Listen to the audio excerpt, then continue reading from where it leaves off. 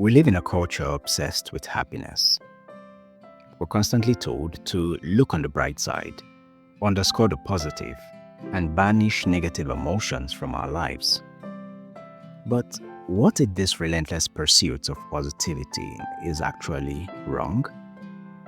Today, we're diving into insights from a fascinating episode of the Hidden Brain podcast titled, What's Better Than Being Happy?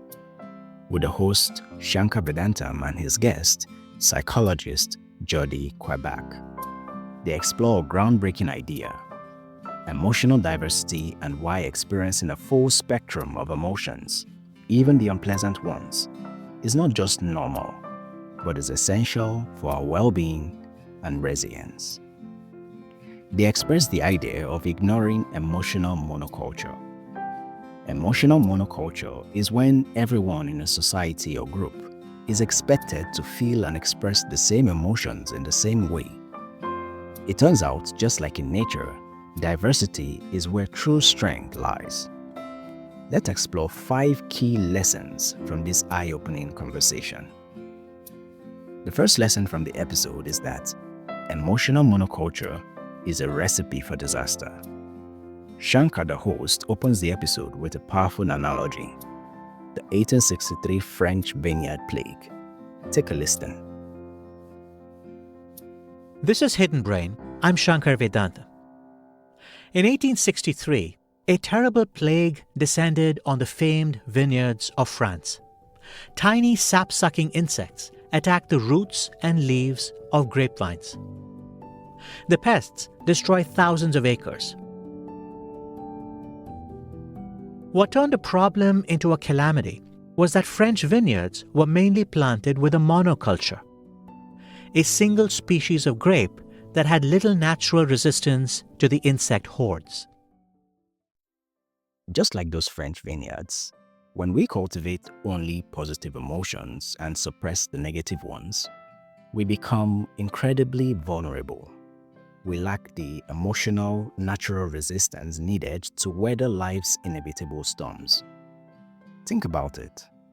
If your emotional landscape only includes happiness, what happens when sadness, anger, or fear inevitably arrive? You're very likely to be unprepared. You haven't developed the emotional grafting, the inner resilience that comes from experiencing and processing a range of feelings. And just like Shankar and his guests in the podcast say, trying to suppress emotions, even the negative ones in the short term, can lead to bigger problems down the line, impacting our relationships and well-being. The second lesson: view emotions as messengers, not roadblocks. We often treat negative emotions like unwanted intruders, something to be banished.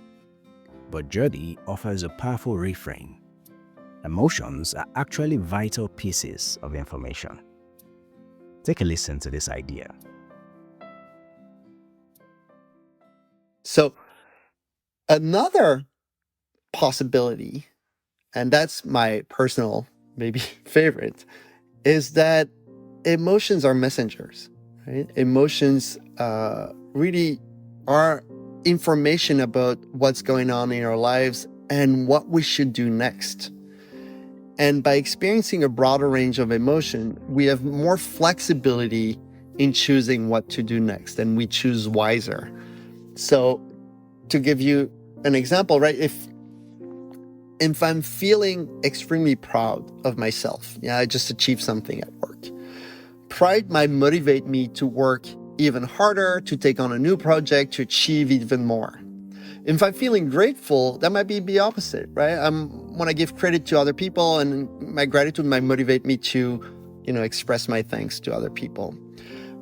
In both cases, if I only have one emotion, I might work myself too hard and exhaust myself down the line, or I might always sort of put myself in the background, never take a chance to, maybe take the lead on a project and take credit for the work that I do. But if I experience the two, my response might be more adapted and flexible, right? I might take on new challenges while acknowledging the team, if you see what I mean.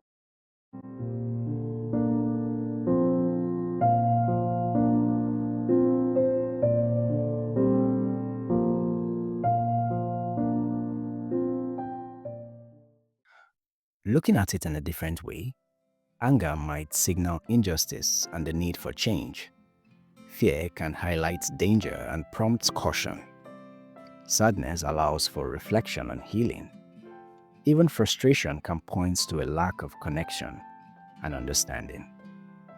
By acknowledging and understanding these emotional messengers, we gain valuable insights into ourselves and our situations. Instead of reflexively reacting to emotions or suppressing them, we can become curious. Ask yourself, what is this emotion trying to tell me? What action is it preparing me to take? This shift from emotional avoidance to emotional curiosity is key to navigating life with greater wisdom. Lesson number 3. Develop emotional granularity. Just as an artist needs a rich palette of colors, we need a nuanced vocabulary of emotions. Instead of just saying, "I feel bad," Jordi encourages us to ask, what flavor of bad? Are you annoyed, irritated, frustrated, sad, disappointed, envious? You see, the more precise we can name our emotions, the more accurately we understand their message and know how to respond. Jordi shares the Japanese concept of mono no aware, the poignant beauty of impermanence, and the Dutch word uitwayen, the refreshing feeling of being in wind and rain. Expanding our emotional vocabulary, even by borrowing words from other languages, expands our emotional landscape. It gives us new lenses through which to experience and interpret the world, transforming potentially negative experiences like being caught in a storm into moments of refreshing clarity. Lesson number 4. Cultivate diverse social interactions. Our emotional diversity isn't just an eternal affair. It's shaped by our connections with others. Jordi's research shows that people with more diverse social portfolios, interacting with family, friends, colleagues, acquaintances, experience greater well-being and emotional richness. Think about it. Each relationship exposes us to different perspectives, experiences, and yes, different emotions. A conversation with a colleague might bring frustration and intellectual challenge.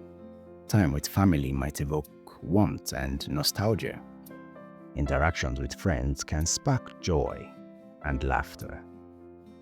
This variety of social inputs enriches our emotional lives, making us more adaptable and well-rounded. Lesson number 5, and perhaps the most profound, is treat your emotions like honored guests. Drawing on Buddhist philosophy, Shankar the host suggests that we approach emotions with curiosity and acceptance rather than resistance or suppression. Let's hear what he says.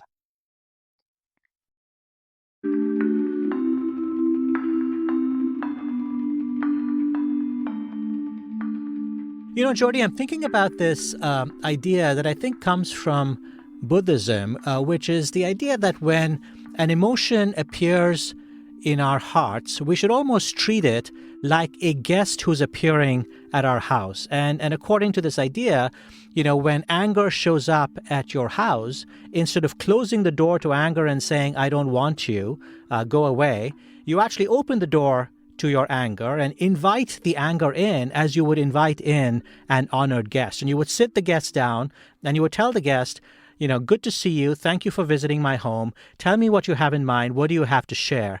And in some ways, that metaphor of thinking about our emotions as honored guests, I feel meshes really well with the idea that you're talking about here, which is in some ways being curious about the emotions that visit us, not just simply being reactive to them, but being curious about them, allows us to understand what the emotions are actually trying to tell us.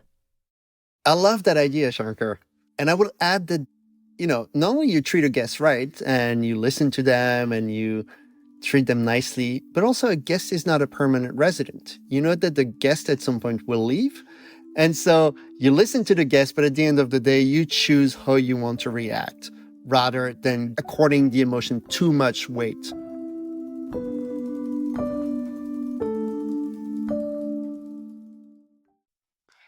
As is suggested, invite anger, sadness, fear, and joy into your emotional home. Listen to what they have to say. Understand their message. But remember, guests do not become permanent residents. Emotions are temporary visitors. Acknowledge them, learn from them, and then consciously choose your response rather than being swept away or controlled by any single feeling.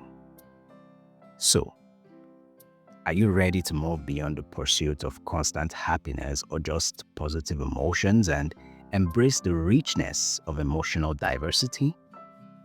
As we've learned from this conversation between Shankar and Jordi, it's not just about eliminating negative emotions, but about understanding their value and cultivating a wider range of feelings. This is the path to true resilience, better decision-making, and a more fulfilling life. What are your thoughts on emotional diversity?